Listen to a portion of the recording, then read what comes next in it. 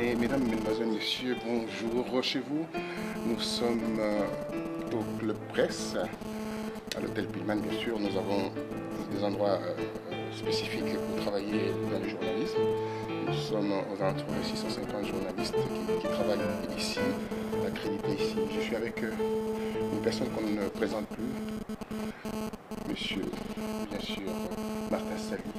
Martin Sali, dans quelques jours, dans 3 jours, spécifiquement, il y aura un sommet.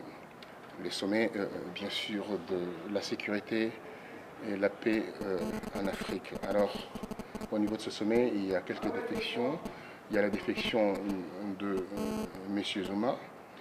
Il y a la défection de M. Paul Kagame. Il y a le refus de visa de M. Mugabe. Il y a les personnes qui sont non grata, comme le président Djotodia du RCA ne sera pas là. Le président Anjoal de Madagascar ne sera non plus là. Monsieur le président de la Guinée-Bissau ne sera pas non plus là parce que c'est des putschistes qui ont pris le pouvoir par la force. Et bien sûr le président égyptien. Voilà, les Congolais vont se mettre en rang rangé pour faire barrage à celui qui va représenter la RDC, l'imposteur Joseph Kabila, qui porte le nom de Joseph Kabila, qui sera là, c'est confirmé parce qu'on a eu des séances de travail. Demain, le 4, nous avons un briefing de travail pour tout boucler avec le conseiller de l'Élysée. Alors, monsieur Martin Sali, que voyez-vous cette présence de Kabila ici? Oui, merci pour la question. Je dis d'abord bonjour à tous les compatriotes qui nous regardent en ce moment. La présence de Hippolyte Kanambe, alias Joseph Kabila, ici en France, c'est trop gênant et c'est la honte pour la France.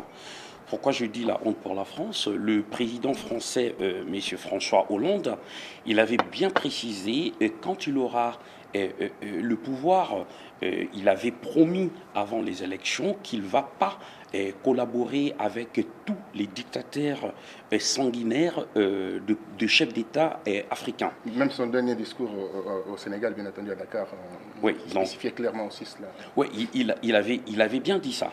Et la population, donc la majorité de peuple africain, nous avons eu un peu l'espoir par rapport avant son mandat, parce qu'il y a les Français africains aussi qui l'ont voté, qui l'ont élu. Donc normalement, M. François Hollande devait tenir sa promesse vis-à-vis de la population française qui sont ici et des Africains qui sont en Afrique. Bon, ce n'est pas que M. François Hollande va changer toute la position ou il va changer la vie politique, économique en Afrique, mais la contribution de la France est énorme par rapport à la vie actuelle qui est en Afrique. Mais les grands soucis, c'est quoi? C'est Hippolyte Kanambe, Joseph Kabila, qui va arriver ici à Paris dans 2-3 jours. Qu'est-ce qu'ils vont faire ici? Parce qu'on se pose la question. On dit sommet France-Afrique. Mais le grand problème, c'est quoi? Un génocidaire, je crois bien, M. François Hollande, il le sait bien. Un génocidaire comme Joseph Kabila ne pouvait pas être reçu ici à l'Élysée. Que les tapis rouges soient déroulés. Mais oui, mais bien sûr. Imaginez-vous, le tapis rouge sera déroulé chez un sanguinaire, un dictateur, alors que la France lutte pour les droits et la liberté des citoyens dans le monde. Mais ils vont rouler les tapis pour un sanguinaire qui va arriver ici. Et c'est pour ça, nous, le peuple congolais, nous avons décidé et nous avons dit on va essayer de faire barrage pour montrer à l'opinion nationale et internationale qu'on ne veut pas de ces sanguinaires ici en Europe. Alors vous vous organisez comment? Apparemment tout le monde est d'accord. Je vois plusieurs groupements de résistants, de combattants à Paris s'organisent maintenant très très bien. On a vu d'ailleurs au regard de ce qui s'est passé à Saint-Denis, tout le monde était là. Il y a un consensus, donc tout le monde est d'accord que on doit se respecter, bien travailler. Mais oui, bien sûr, tout le monde était là. Il y a des dissidents quand même.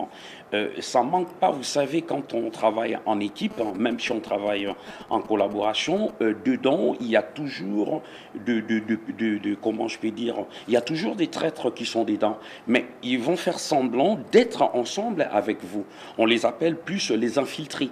N'oublie pas Hippolyte Kanambé, Joseph Kabila, dans la réunion on avait fait le 23 à Saint-Denis, il y a eu aussi des infiltrés. C'est pour ça que vous avez vu l'attaque qui a été faite par rapport aux personnes venues de l'extérieur. Imaginez-vous un peu, il y avait les enfants dedans, il y avait aussi les femmes. Ben oui, il y avait les enfants des bas âges, ils étaient gazés comme nous. Cela veut dire quoi? Les gouvernements en place, hein, ils ont du mal à se contenir. Pourquoi j'ai dit ils ont du mal? Parce qu'ils veulent boycotter ce qu'on est en train de faire. Alors que le combat que nous sommes en train de mener, c'est un combat qui est juste et noble. Donc nous ne pouvons pas baisser les bras, nous ne pouvons pas arrêter. Vous savez, la situation actuelle au Congo. Regarde, il y a quelques temps, maintenant, il y a tuerie des Koulouna au Congo. Les enfants sont tués. Tous les Koulouna qui sont tués, c'est la population congolaise qui sont massacrés, qui sont tués. Mais les Congolais qui sont en place là-bas, ils ne comprennent pas l'extermination qui est en train de passer. Moi, je dis c'est l'extermination du peuple congolais et les Congolais doivent s'élever, les Congolais doivent se battre. Ils font semblant, Joseph Kabila, de dire il n'y a plus la guerre dans l'Est de la RDC. Il n'y a pas la victoire sans bataille. Il n'y a pas la victoire sans bataille.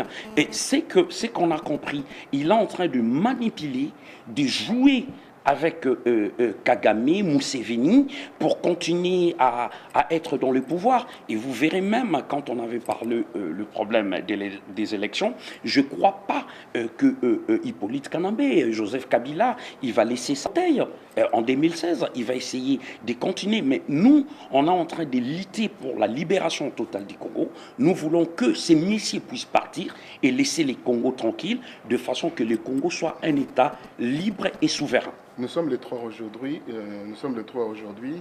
On s'organise tous, hein, les journalistes, les résistants, les combattants, les gens qui sont épris de justice, de droits de l'homme. D'ailleurs, tous ces leaders de droits de l'homme, parce qu'on ne peut pas parler leader de droits de l'homme. Quand on est épris de justice, forcément, on doit passer aux droits de l'homme. Dites-moi, comment vous allez vous organiser? Parce qu'il y a plusieurs sommets à l'intérieur de ces grands sommets.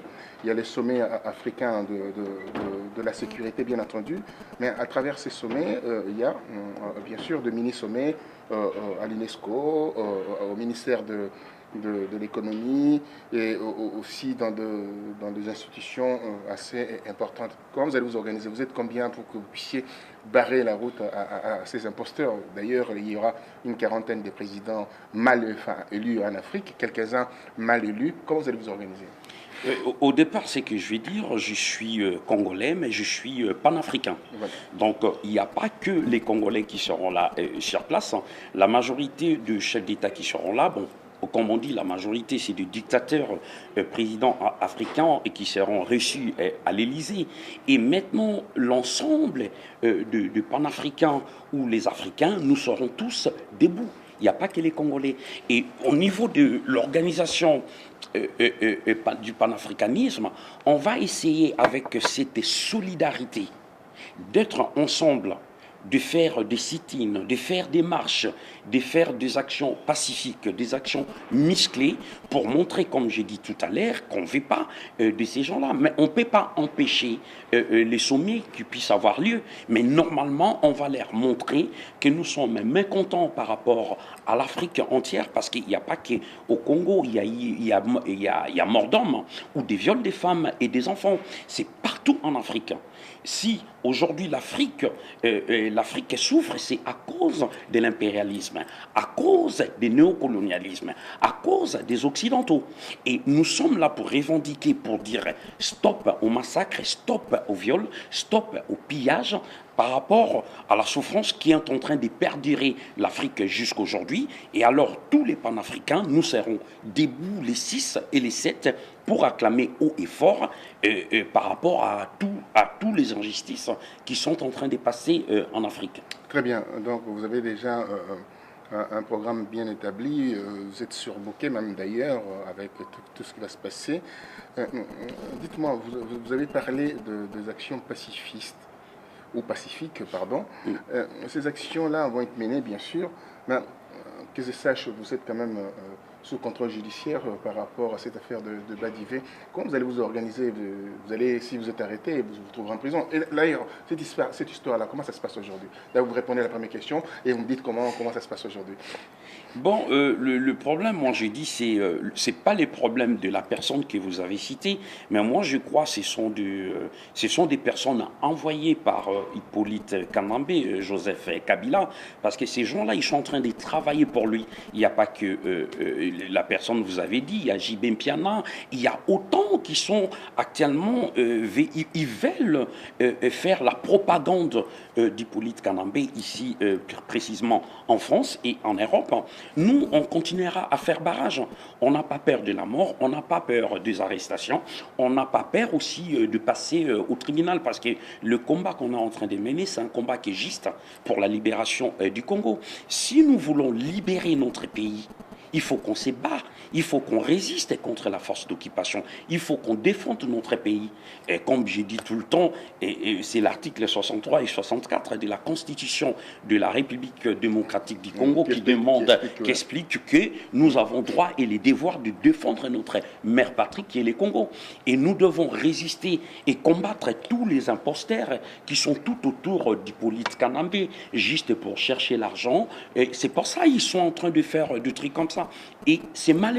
Nous pensons plus à plus de 10 millions de morts au Congo. Autant de femmes violées, des enfants, des mamans, même actuellement, il y a les viols ici des hommes. Et surtout, il y a les pillages des richesses, l'infrastructure du Congo. Si on voit tous les problèmes qui se passent au Congo, c'est à cause de l'imposteur qui est là, Hippolyte Kanambe. Répondez à ma question. Oui. Qu'est-ce que vous allez faire, comme je dis? Et cet homme qui vous a traîné au tribunal avec un de responsables de PPRD, oui, que vous soyez judiciairement dans les capacités de mener vos actions, comment vous allez contourner un peu ce contrôle judiciaire, en fait? Mais bien sûr, monsieur le journaliste est là, nous avons deux avocats. Nous avons des avocats. Les gens pensent que nous ne sommes pas structurés ni organisés. Effectivement, même si on n'a pas assez des moyens, mais la résistance congolaise, les combattants, nous sommes organisés. Nous avons des avocats qui vont intervenir ces jeudis au tribunal de grande instance de Paris. Et donc, parce que déjà, il y a eu des échanges, des paroles. Entre vous et Badivé, je crois.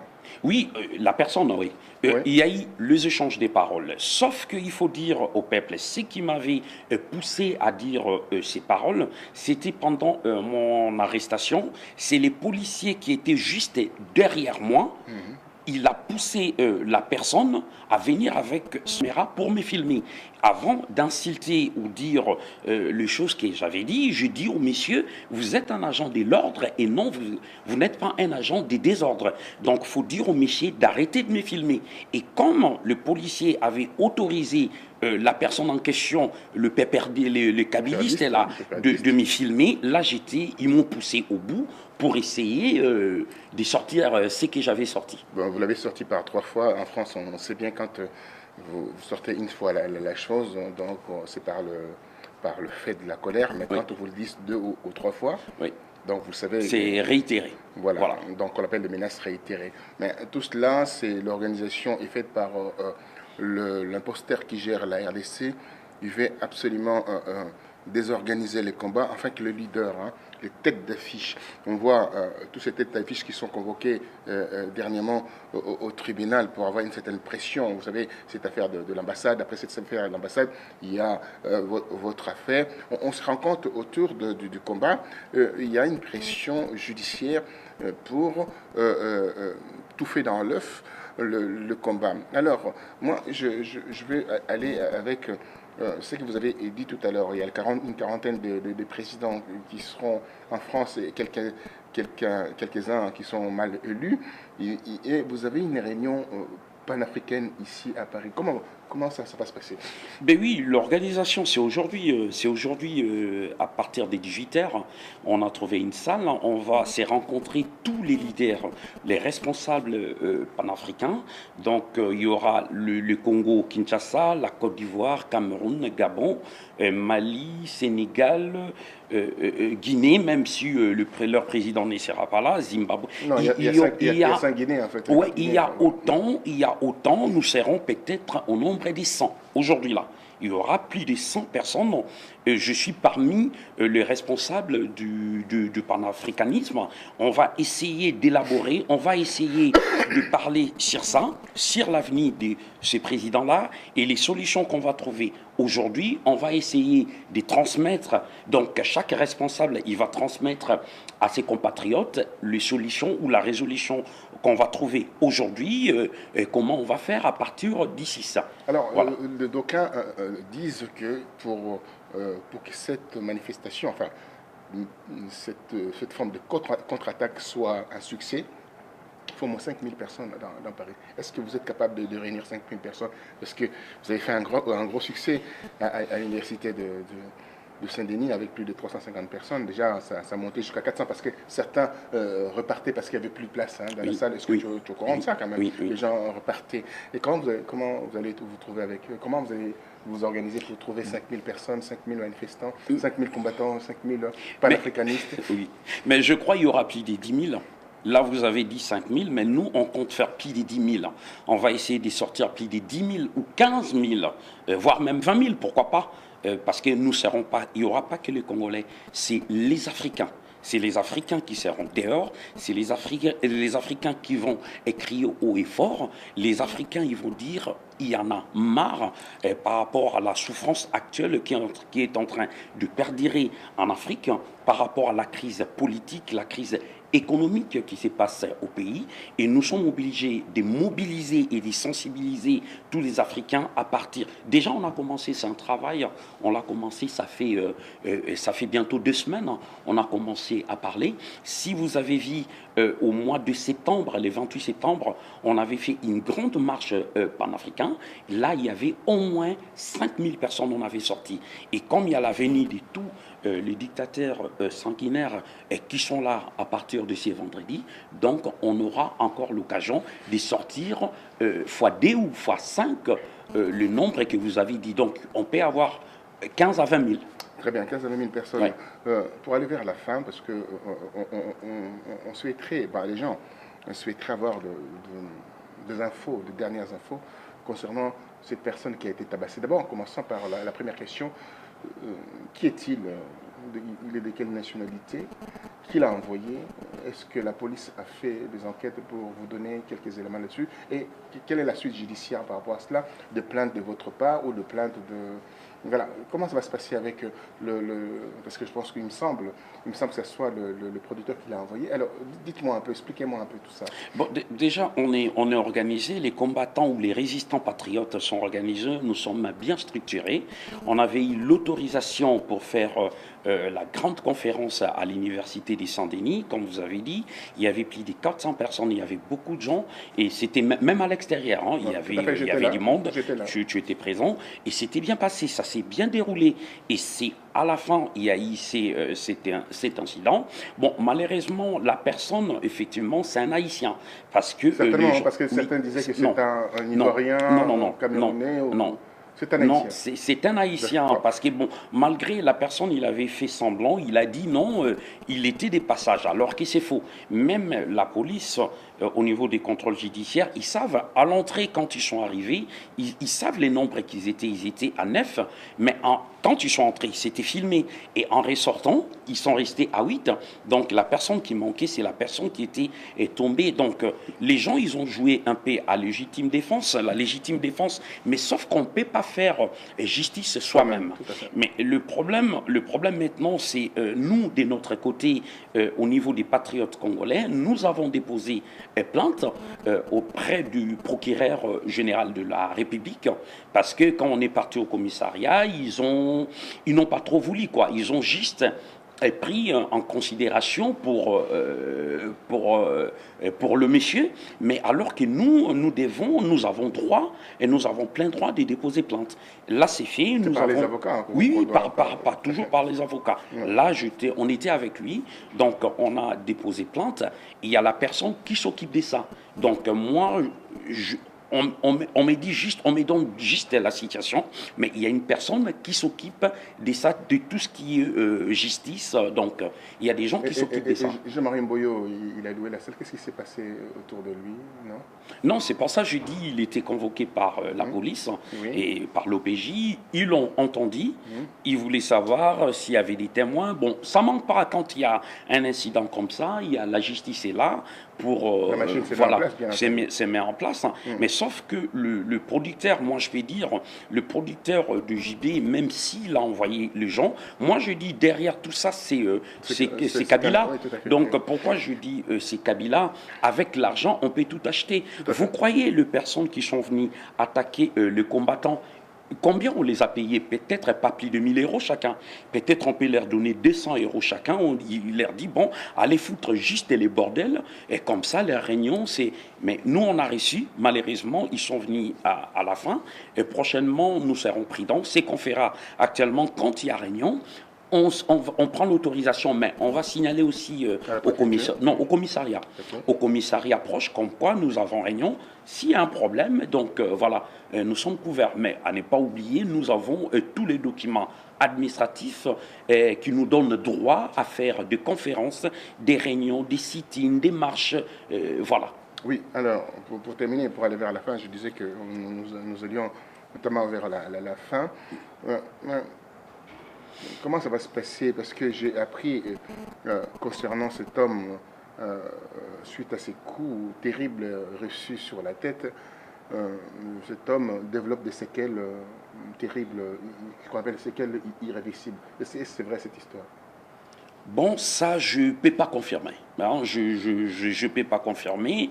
Je n'ai pas vu la police par après. Je n'ai pas vu la personne. C'est les gens, ils parlent, mais moi, ça, je ne sais pas. Je ne peux pas vous répondre. Alors, très bien. Alors, passons à des choses que vous maîtrisez. Bien sûr, aujourd'hui, le combat est complètement concentré par rapport à ces deux... Enfin, il y a deux événements. L'événement du 6-7 et l'événement du 21. Bon, on parle d'abord de cet événement du 6-7. On sait que c'est ça qui est beaucoup plus important. Pour le 21, vous êtes au courant que Tchimbalanga a fait un référé au tribunal de grande instance de Paris. C'est le 9, là. Le 9, est-ce que vous serez là? Oui, mais oui, bien sûr, c'est une démarche que j'encourage. J'encourage parce qu'il faut attaquer dans tous les sens. Dans tous les sens, les autres ils vont attaquer administrativement, les autres ils vont attaquer judiciairement, les autres ils vont attaquer dans les actions. Donc on est en train de combiner les tout en même temps. Donc Jean-Louis Tchimbalanga, il a fait une action. Déjà, il était invité à la réunion qu'on a fait il y a 3 semaines. Il était venu nous dire à peu près la suite, mais il n'est pas les seuls à attaquer pour l'annulation du concert. Il y a aussi d'autres compatriotes. Ils ont écrit à la mairie, ils ont écrit au préfet, au procureur. Oui, il y a plusieurs... Oui, même au ministère de l'Intérieur. Ils ont écrit un peu partout. Donc, on a écrit un peu partout. Bon, là, on est en train de voir parce qu'il y a un grand danger quand même.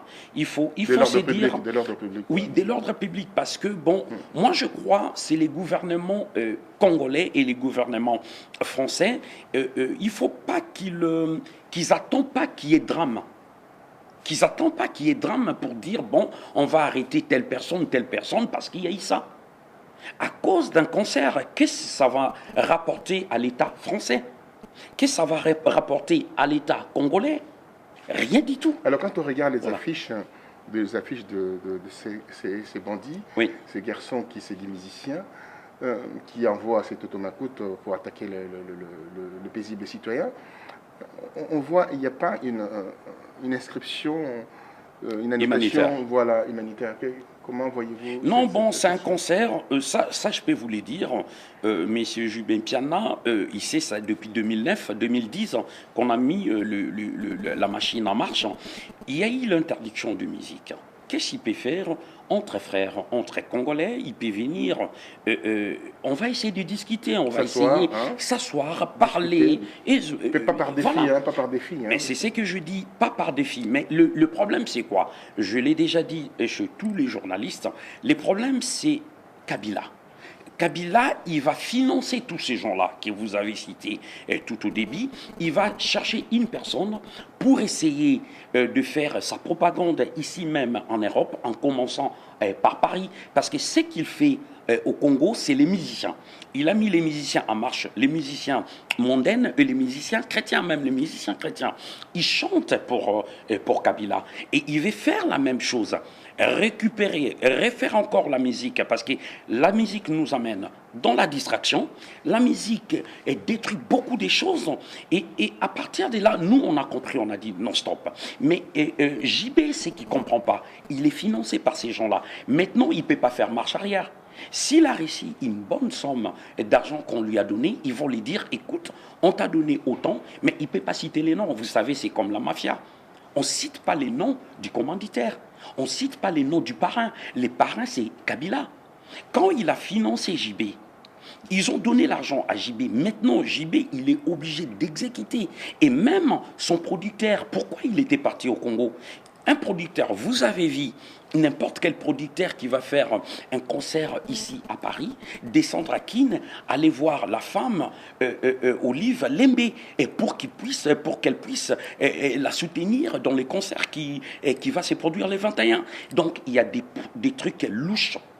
Il y a des trucs louches. Il y a un mélange là. Il y a un mélange de genres. Il y a un mélange de gens qui montre. Qui a la complicité du gouvernement congolais dans les concerts de JB. Oui, sans parti pris, bien entendu. On se rend compte que cette organisation. Enfin, et ils les font par défi.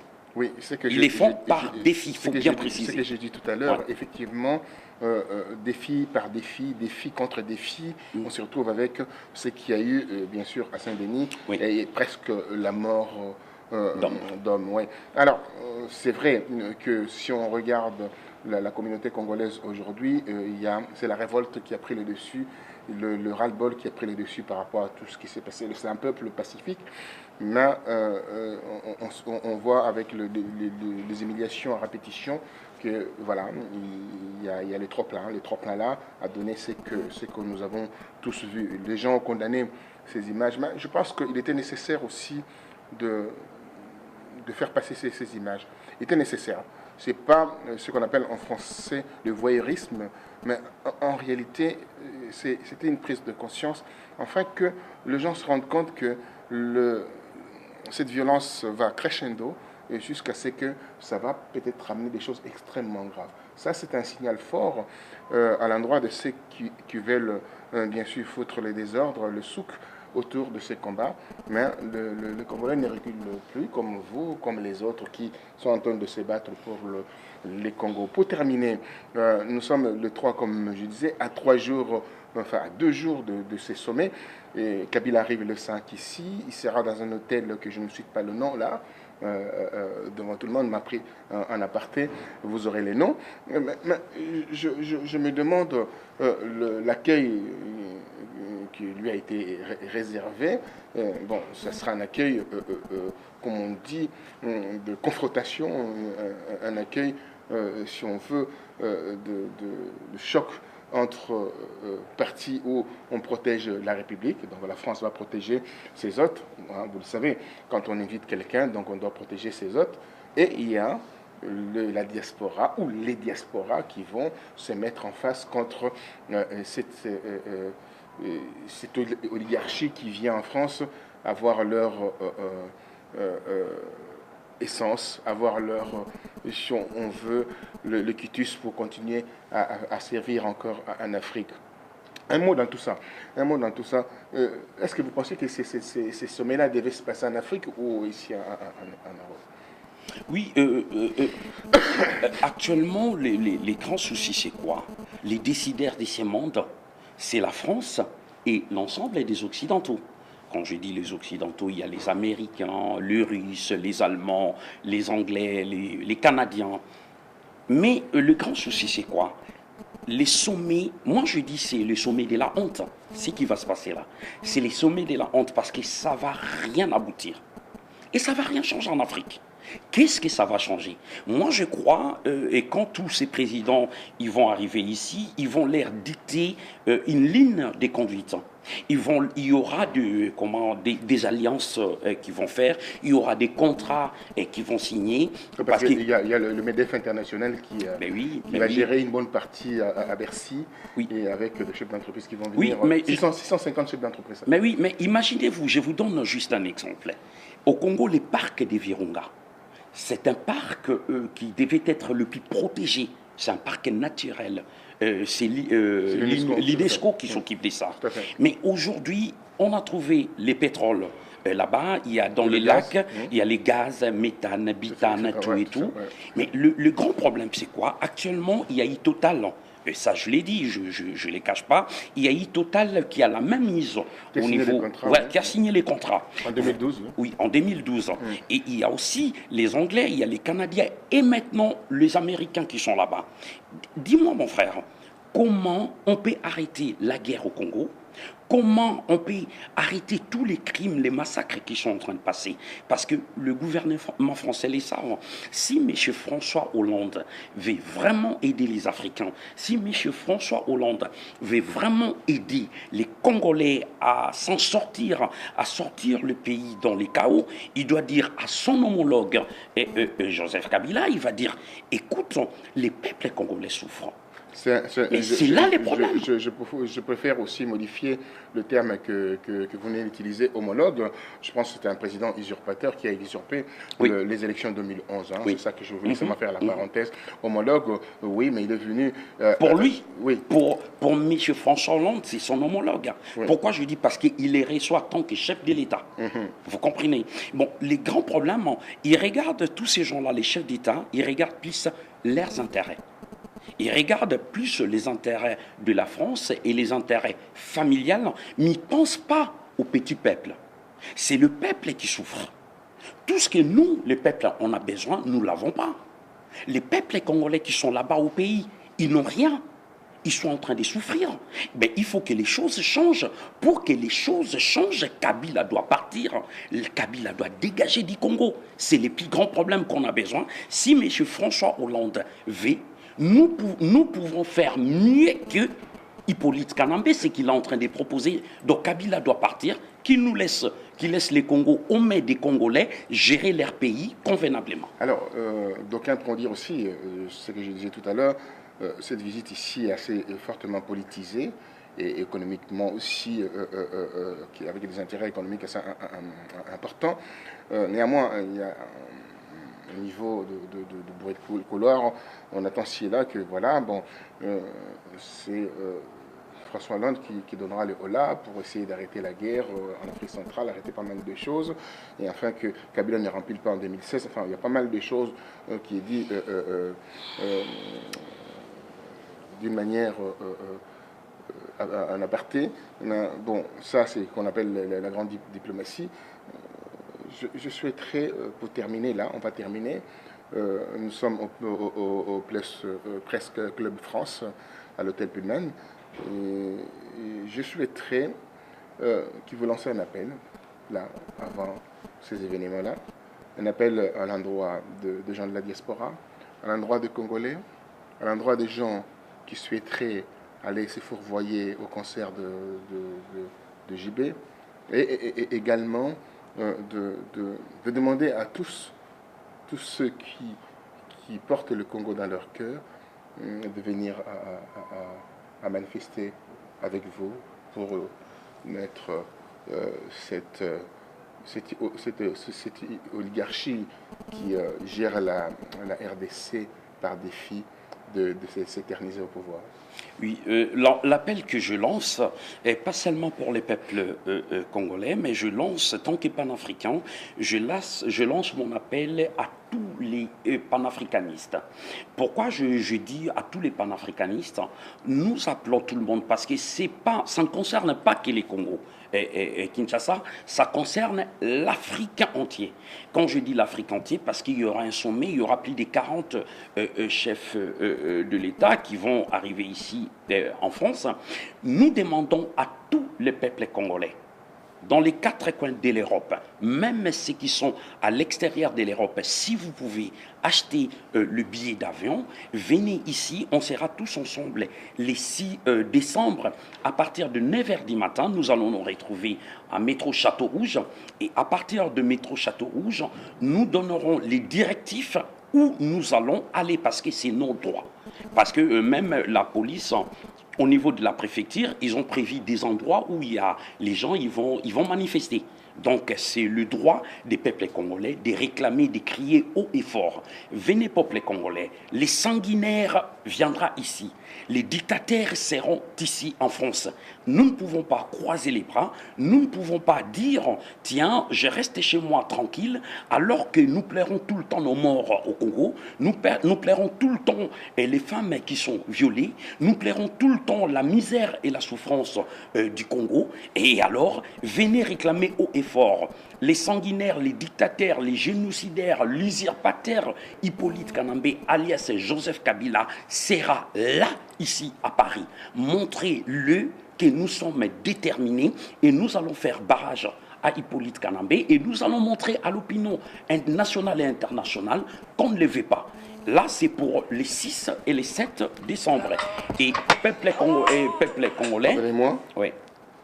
N'oublie pas, pour la journée du 21 décembre, là aussi c'est un événement pour JB Mpiana, pour les concerts. D'abord on va commencer, il y a marche, on va commencer à Château-Rouge à partir de 13h. Donc on va commencer des Château-Rouge jusqu'à métro Stalingrad, et l'après-midi ou les soirs, on verra ce qu'on pourra faire pour Zénith. Mais le plus important, c'est là, car le chef de JB, le chef de péperdistes, il sera là. Kanambe Kabila sera là les 6. Donc nous ne pouvons pas laisser passer un truc comme ça. Je préfère voir un chien ou un chat marcher sur Paris que de voir Hippolyte Kanambe, Joseph Kabila en face de moi à Paris. Merci infiniment.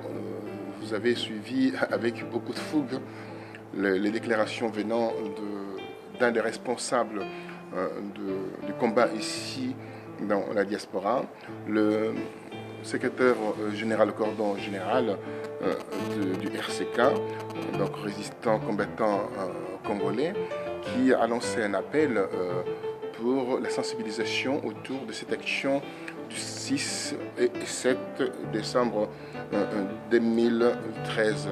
Au-delà aussi de cette action de ces 12 jours du sommet, il y a l'action du 21 décembre 2013, l'action qui consiste à barrer la route à JB Mpiana pour qu'il soit bien sûr ridiculisé et ce concert n'ait pas lieu à Paris. Alors voilà, donc je tenais à rendre tous hommage, tous ces Congolais qui se battent pour leurs droits, les Congolais qui se battent pour l'avènement de la démocratie dans ces grands pays continents qui est la RDC.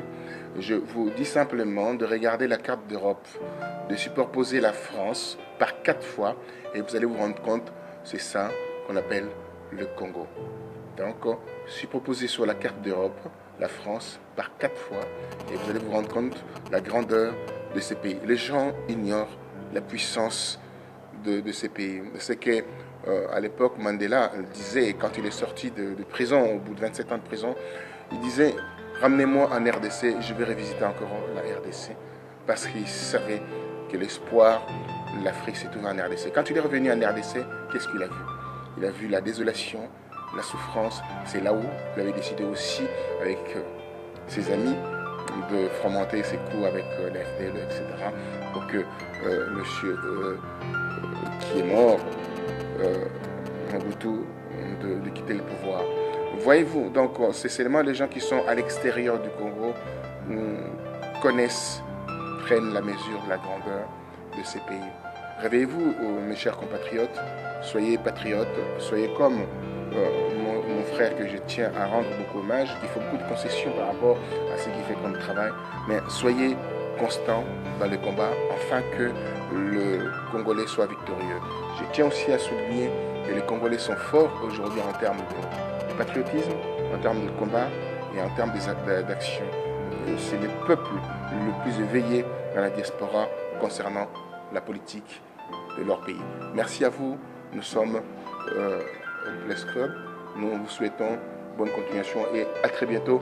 Tous rendez-vous le 5, 6 et le 21 à Paris. Merci à vous. Merci. Merci. Au revoir.